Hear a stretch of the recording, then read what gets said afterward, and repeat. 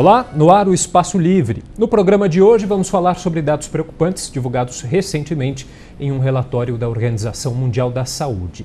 1 em cada 4 mortes de crianças com menos de 5 anos é causada por problemas ligados à poluição ambiental. Isso equivale a 1.700.000 crianças mortas por ano no mundo. E para falar sobre o assunto, eu recebo o Dr. Leandro Luiz Giatti, que é professor do Departamento de Saúde Ambiental da Faculdade de Saúde Pública da USP. Olá, professor. Obrigado pela presença. Olá.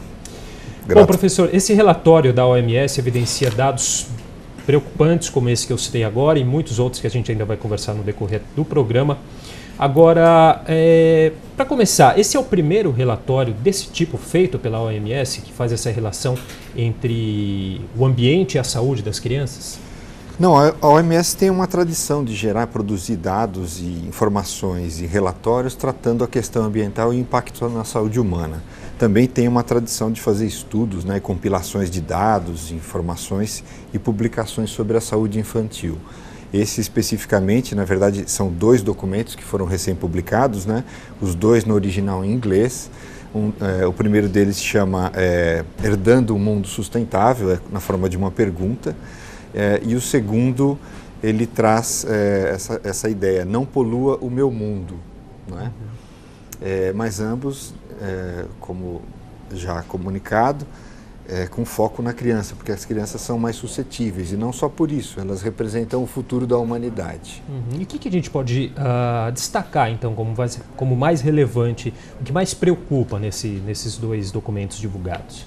No geral, uma questão que eu acho fundamental para a gente raciocinar e valorizar esses problemas e essa ótica de análise é a gente pensar que são mortes atribuíveis a fatores ambientais, a poluição, ou a conjugação de vários fatores de ordem ambiental, cujas doenças são conhecidas, portanto você conhece os fatores causais e também você sabe que são doenças evitáveis. Então isso eu acho geralmente a questão mais impactante para a gente analisar. Então quando você consegue atribuir esses valores e calcular que percentual das mortes de crianças com menores de 5 anos no mundo são mortes causadas por fatores ambientais, ou seja, o controle da qualidade ambiental, a oferta de melhores condições de vida, de saneamento básico, de redução da poluição atmosférica, de redução de exposição ao tabaco, a exposição proximal, ao tabagismo, e outros diversos fatores ambientais que a gente vai discutindo. Quer dizer, se você suprime esses fatores de risco, você evita essas mortes. E por que crianças, essa pesquisa leva em conta crianças aí até uma faixa de 5 anos? Essas crianças, quanto mais novas, estão mais suscetíveis a esses riscos? Sim, certamente. Muitas doenças de causas ambientais, como por exemplo as relacionadas à poluição atmosférica, você tem muito claro que as faixas etárias de maior suscetibilidade são os mais jovens e os mais idosos. Então, nesse caso, nesse espírito do relatório tratado às crianças, já sabendo que são suscetíveis. Então, quando você tem um ambiente poluído, contaminado, a probabilidade de ele levar a óbito uma criança é muito maior do que ela afetar um adolescente ou um adulto, por exemplo. Bom, e os dados mostram também que a cada ano 570.000 crianças morrem antes dos 5 anos de idade por infecções respiratórias, como a pneumonia, por causa da poluição do ar e da fumaça, como você bem disse, do cigarro. A fumaça de automóveis não é citada. Por quê? Então, porque é relativo. Por exemplo, no geral, a poluição atmosférica urbana mais representativa, isso nas grandes cidades, no mundo globalizado e urbano, o que mais pesa é a poluição das emissões veiculares dos automóveis, como, por exemplo, nas cidades brasileiras. Mas só que nas cidades brasileiras, essa mortalidade por essas doenças em crianças não é tão significativa como em países onde tem essas maiores mortalidades, como na África. E lá na África, você conjuga vários fatores que às vezes têm um peso maior nessa mortalidade, como, por exemplo, a exposição ao tabaco, mas também tem muito peso na África, nas periferias urbanas, por exemplo, ou em áreas rurais, o hábito de se cozinhar usando lenha e carvão no domicílio. Então isso aumenta a exposição à fuligem e isso causa a maior chance de ter esses agravos respiratórios que podem levar a óbito. Então essas questões, no geral, elas são relativizadas de acordo com as regiões do globo e os contextos onde tem mais essas mortalidades, né? Aqui no nosso caso, aqui no Brasil, há essa preocupação ainda com essa questão da fumaça decorrente ao cigarro, do fumo passivo? Ela é bastante preocupante também? Certamente, constantemente, mas o fato é assim que, no geral, essa exposição, como outras doenças ambientais, como aqui no Brasil, elas já não representam tanto em termos de mortalidade, elas acabam saindo um pouco do foco.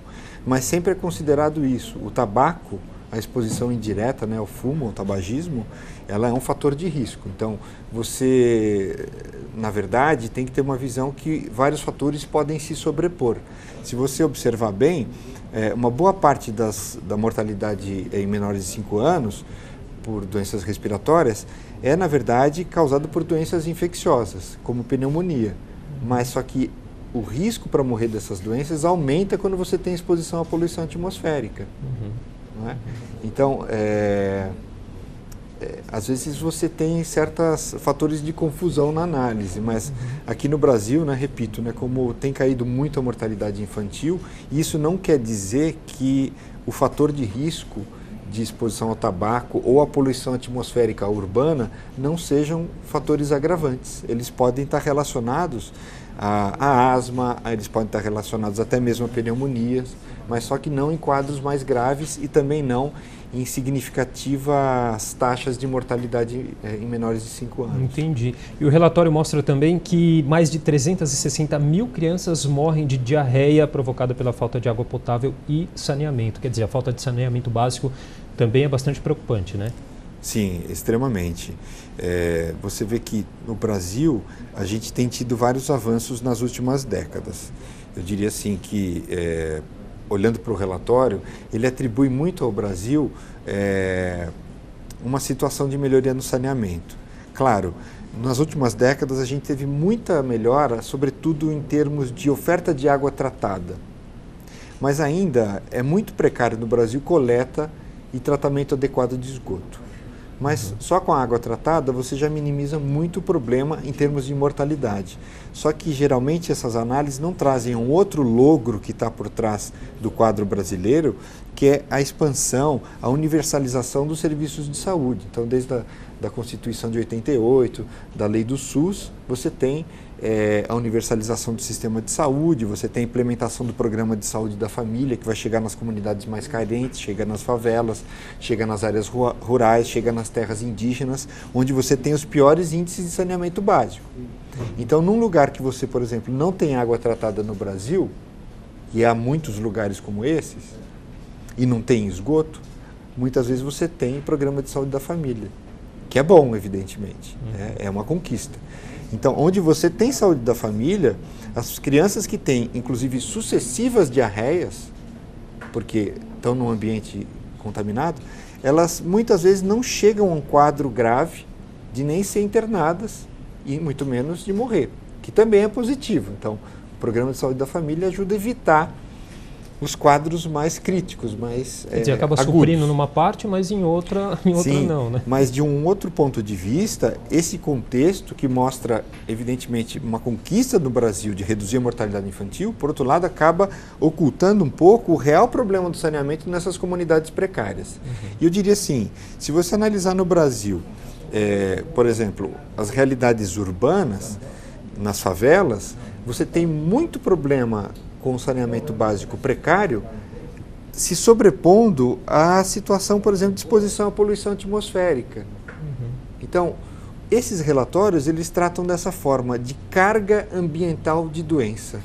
Quanto das doenças que acometem as crianças, ou também os adultos, poderia ser, é atribuível ao meio ambiente. Então, quando você vê populações na situação de pobreza urbana no Brasil, na América Latina, você tem essa sobreposição de fatores. Mesmo que você tenha sistemas bons de saúde que possam dar boas respostas e mitigar taxas de internação por essas doenças e de mortalidade, você tem ainda as pessoas sistematicamente sofrendo por essas doenças. Então, na verdade, um estudo como esse é muito importante. de um lado, ele também mostra os logros do Brasil, de redução da mortalidade, inclusive por essas doenças ambientais, vamos dizer assim. Mas, de outro lado, mostra também que nós temos que nos aprofundar, nos dedicar mais em controlar os fatores ambientais, porque eles estão presentes, eles estão interferindo na qualidade de vida das pessoas e eles estão gerando um ônus, um custo social, um custo no desenvolvimento biológico das crianças e várias outras coisas que não estão nessa medida tão universal e impactante que é a mortalidade, né? Porque o que a gente sempre discute, Felipe, inclusive nas nossas aulas, na pós-graduação, isso é bem forte lá na nossa escola de saúde pública, é que nós temos, na verdade, indicadores de doença. E são os indicadores consagrados globalmente, são da situação mais crítica da doença, a morte. Então, a maior base desse relatório é a mortalidade, não é? Então, essa é a pior situação da doença. A gente tem poucos indicadores da saúde. Então, a gente olha para o extremo da doença. E quando a gente está numa situação intermediária, como no Brasil, para essas doenças, a gente mantém a exposição, mantém o ônus, a carga ambiental sobre a população, mas a gente não consegue ver isso em números. A gente, às vezes, se confunde com essas análises um pouco. A gente tem que olhar de maneira mais aprofundada. E dá para a gente fazer um comparativo do Brasil com outros países emergentes em desenvolvimento nessa questão de saúde ambiental? Dá sim. Tem outros estudos que já são anteriores a esse, que eu tenho há mais tempo, tive mais chance de ler e de me apropriar, né? Porque esse saiu do forno agora. Tá recente, Eu mesmo fui chamado e ainda não consegui analisar tão dedicadamente. Mas, assim, no geral, você vê assim, a Organização Mundial da Saúde, comparando os países pelo seu renda per capita e a relação com a carga ambiental de doenças. Então, é esperado uma certa linearidade, uma correspondência. Então, quando você tem o aumento da renda per capita no domicílio, você tem também, com todo o processo que vem junto de inclusão social, de melhoria das condições de vida, você tem a redução dos anos de vida perdido por doenças atribuíveis ao meio ambiente. Depois eu vou falar um pouco sobre essa ideia de anos de vida perdido que está nesse relatório, é algo muito importante. Mas quando você consegue, então, reduzir, lógico, é positivo. Só que entre os países em desenvolvimento, Felipe, como o Brasil, se você compara China, México e Índia, por exemplo, são países em que tem ainda uma renda domiciliar ou per capita baixa, comparado com os desenvolvidos. Mas, dentre esses países, as doenças de peso ambiental, né, de carga ambiental, que causam mortalidade ou anos de vida perdido, elas variam muito. Então, são quadros muito diferenciados. Por exemplo, sei lá, vamos comparar uma doença que ainda é importante numa região do Brasil, a malária, está no relatório. Os tipos de malária que acometem a população brasileira na região norte, só tem malária no Brasil, na Amazônia, não são cepas assim de malária muito virulentas, que causam morte, mas causam a doença. Mas as malárias que ocorrem na África matam. Então, quando você compara, por exemplo, a malária, que tem um forte fator ambiental, né, desmatamento, tal, mudanças ambientais, é também uma doença transmitida por mosquito, né? Então, ela mata muito na África e no Brasil não. Então, já dá uma diferença muito grande. Então, essas peculiaridades dos países faz com que os países em desenvolvimento tenham quadros muito diferenciáveis nessa relação da inclusão social pela renda com as mortalidades ou os anos de vida perdidos por fatores ambientais. Ok, professor, tá bom. A gente vai fazer um rápido intervalo, daqui a pouco a gente continua o nosso bate-papo aqui. O Espaço Livre volta já. De volta com o Espaço Livre, o programa de hoje é sobre o alto número de mortes de crianças por problemas ligados à poluição ambiental. Comigo o doutor Leandro Luiz Giatti, que é professor do Departamento de Saúde Ambiental da Faculdade de Saúde Pública da USP. Bom, doutor, outro dado aqui do relatório que a gente vem discutindo, relatório da OMS, 270 mil crianças morrem durante o primeiro mês de vida por conta de condições como a prematuridade, que poderia ser prevenida por meio de um acesso a um saneamento básico adequado. Quer dizer, já antes de nascer a criança já pode ter problemas em relação à saúde ambiental. Sim, sim, de fato esses fatores eles vão somar com outros, né, relacionados à exclusão social, por exemplo, né, e eles vão aumentar a probabilidade desses agravos, não é? Então realmente quando você promove melhores condições de saneamento básico, você também ganha de diversas maneiras, né? Então tanto a qualidade do período de gestação, como também o desenvolvimento biológico das crianças, né? Você evita que elas fiquem expostas a doenças durante o crescimento e você também reduz, evidentemente, a chance de mortalidade por essas doenças que, como a gente diz, são evitáveis, né? Agora, um ponto também para a gente chamar a atenção nessa perspectiva é como a OMS também trata essas mortes, como mortes prematuras. Então, eles falam dos anos de vida perdidos, né? Então, pensemos assim. Hoje, uma criança nasce, ela pode ter uma expectativa de vida de 80 anos. Quando ela morre com menos de 5, então são pelo menos 75 anos de vida perdidos. Né? O direito que ela teria de ter uma vida boa, produtiva, saudável. E, na verdade, não é só ela, a família, a sociedade perde. Não é? Então, acho que é uma maneira também mais abrangente da gente tratar o problema, né? Na verdade, essas medidas de saúde da OMS geralmente incorporam anos de vida perdido, assim, por morte prematura e também por incapacidade, porque algumas doenças causam incapacidades que as pessoas não vão ter a vida plena, produtiva, saudável, né, que elas poderiam ter. Voltando à questão, a gente falou um pouquinho ainda das doenças decorrentes desses problemas ambientais, a elevação das temperaturas, das emissões de gases causadores do efeito estufa, que são associados ao crescimento dos casos de asma, por exemplo, né, nas crianças. Como reverter esse quadro?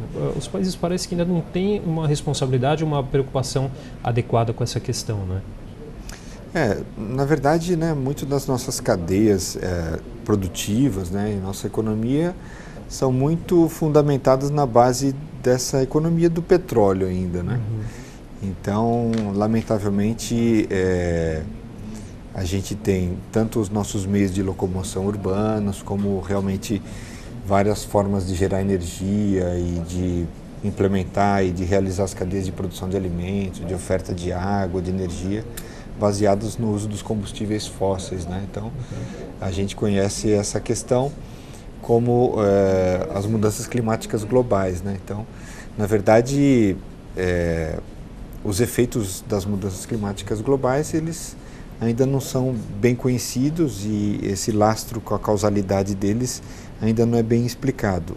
O fato é que, aparentemente, essa emissão de poluentes, né, de gás de efeito estufa, está gerando essa tendência de aumento da temperatura global. Isso aí vai reverberar em várias situações, seja onde for nas regiões distintas, nas outras escalas, né, como nas cidades, nas bacias hidrográficas.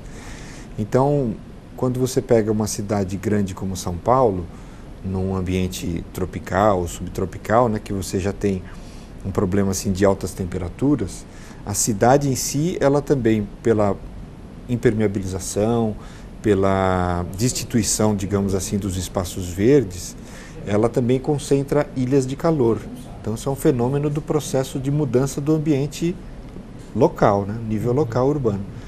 Então, você tem as áreas centrais da cidade, geralmente são mais quentes. Com a perspectiva das mudanças climáticas, esse problema tende a se agravar, né? Os lugares assim também mais quentes, eles podem ficar ainda mais quentes e a exposição ao calor, combinado, por exemplo, com a poluição atmosférica, ela aumenta, ela é como se ela gerasse uma sinergia entre fatores de risco.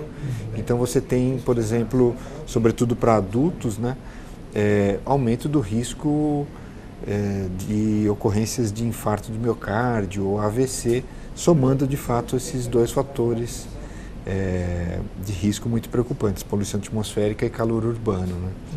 Curitiba é citado, apontado como um exemplo, né, pelo investimento em meios de transporte sustentáveis, ciclovias, parques e a reciclagem. Quer dizer, o que falta para outras cidades também seguirem esse exemplo que está aí tão próximo, né? Sim, acho que é uma questão de política pública, né, Felipe? São decisões, né? Então, quando o Estado, na forma de prefeitura, governo do Estado ou governo federal, faz políticas que incentivam melhores formas de transporte urbano, né, com menos poluição, ela realmente vai gerar uma série de benefícios em várias escalas e situações e setores. Né? Então, quando você tem melhores transportes urbanos, você pode ter redução de acidentes de trânsito e mortalidades por isso. Você também pode ter a própria redução da poluição atmosférica local, né, que é das emissões dos motores movidos a derivados de petróleo ou etanol também, mas enfim. Mas essa melhor eficiência nos transportes públicos também pode mitigar a emissão de gases de efeito estufa, né? Veja, porque se eu saio com o meu carro, eu estou gastando muita energia para me locomover, não apenas aquela energia que eu precisaria para deslocar meus 80 e tantos quilinhos, mas eu estou usando energia para movimentar o carro, que pesa 1000 quilos ou mais. Então, quando eu vou para um transporte público, eu atenuo esse consumo energético e essa demanda. Ou quando eu uso uma bicicleta, ou quando eu faço uma modalidade de caminhada. Enfim, isso vai reverter, evidentemente, em cidades mais saudáveis. Então, as políticas públicas, elas devem ter esse papel de gerar ciclos virtuosos na cidade. Fora que geraria também economias. Sim, outras economias, né? Digamos assim. Por exemplo, energia fotovoltaica. É uma coisa possível, já existe tecnologia para isso. Então, como se faz uma política pública? Incentivos fiscais para esse setor. Então, é possível hoje, na Alemanha, no domicílio, a pessoa gera energia no telhado. Gera energia de dia, vende energia para o sistema e à noite eles consomem energia, eles compram, mas a energia do telhado mitiga. Então, tem soluções tecnológicas, precisam ser implantadas. Então, as políticas públicas são importantíssimas. E algo também muito relevante para a gente pensar é que uma cidade como São Paulo é uma grande liderança global. As medidas que ela faz aqui, tanto ela pode influenciar as outras cidades da região metropolitana, não é? Como também em outras cidades do mundo. E é claro, nós também temos soluções de coisas boas aqui em São Paulo. Precisamos ter mais.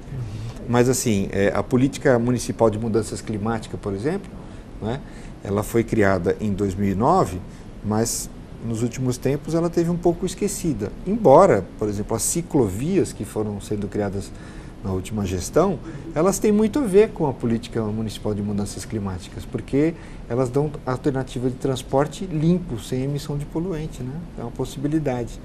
Mas quando a gente vê a política pública jogando todo esse jogo, que é um jogo evidentemente complexo, ela pode achar alternativas, assim, tanto de estimular outras cadeias produtivas e de emprego, como reduzir a poluição local, melhorar a qualidade de vida, reduzir riscos de acidentes no trânsito e, de quebra, né, tornar cidades mais sustentáveis dessa perspectiva global, ou seja, diminuindo a pegada de carbono, né, de emissão de gás de efeito estufa das cidades.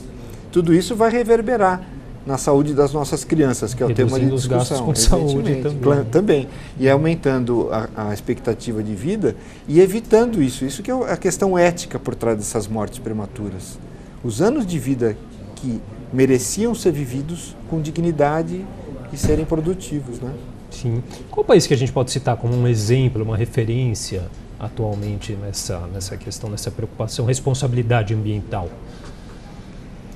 Bom, a gente tem... Bom, eu acho assim que ninguém é perfeito, né? Sim, e nem os países também. A gente vê muitos exemplos bons, talvez no Brasil, em outros países em desenvolvimento, mas vê também, a gente tem essa tendência de olhar os países desenvolvidos, né? Então você vê muitos exemplos bons na Europa, né? Por exemplo, né? Você vai na Alemanha que você citou. A Alemanha que eu citei, na Holanda, que todo mundo na Holanda anda de bicicleta. Então você não vê obesidade, porque um dos problemas assim hoje que está também conectado com tudo isso é a obesidade. E a obesidade nas crianças também é tema de interesse.